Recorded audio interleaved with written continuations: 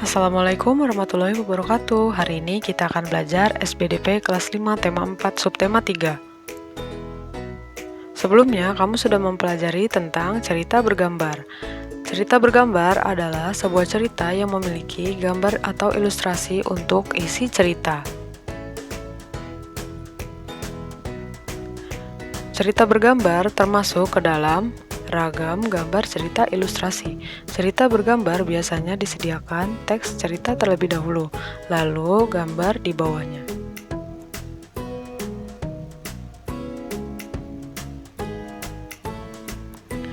Apakah kalian sudah memahami perbedaan gambar cerita dan cerita bergambar?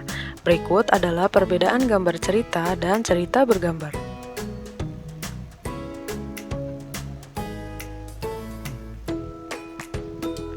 Gambar cerita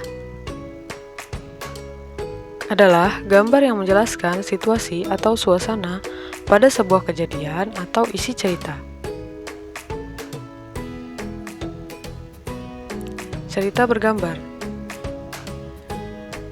Cerita bergambar adalah cerita yang memiliki gambar. Untuk memahami isi bacaan, maka dibuatlah deskripsi dari cerita tersebut melalui sebuah gambar. Sudah paham kan perbedaannya?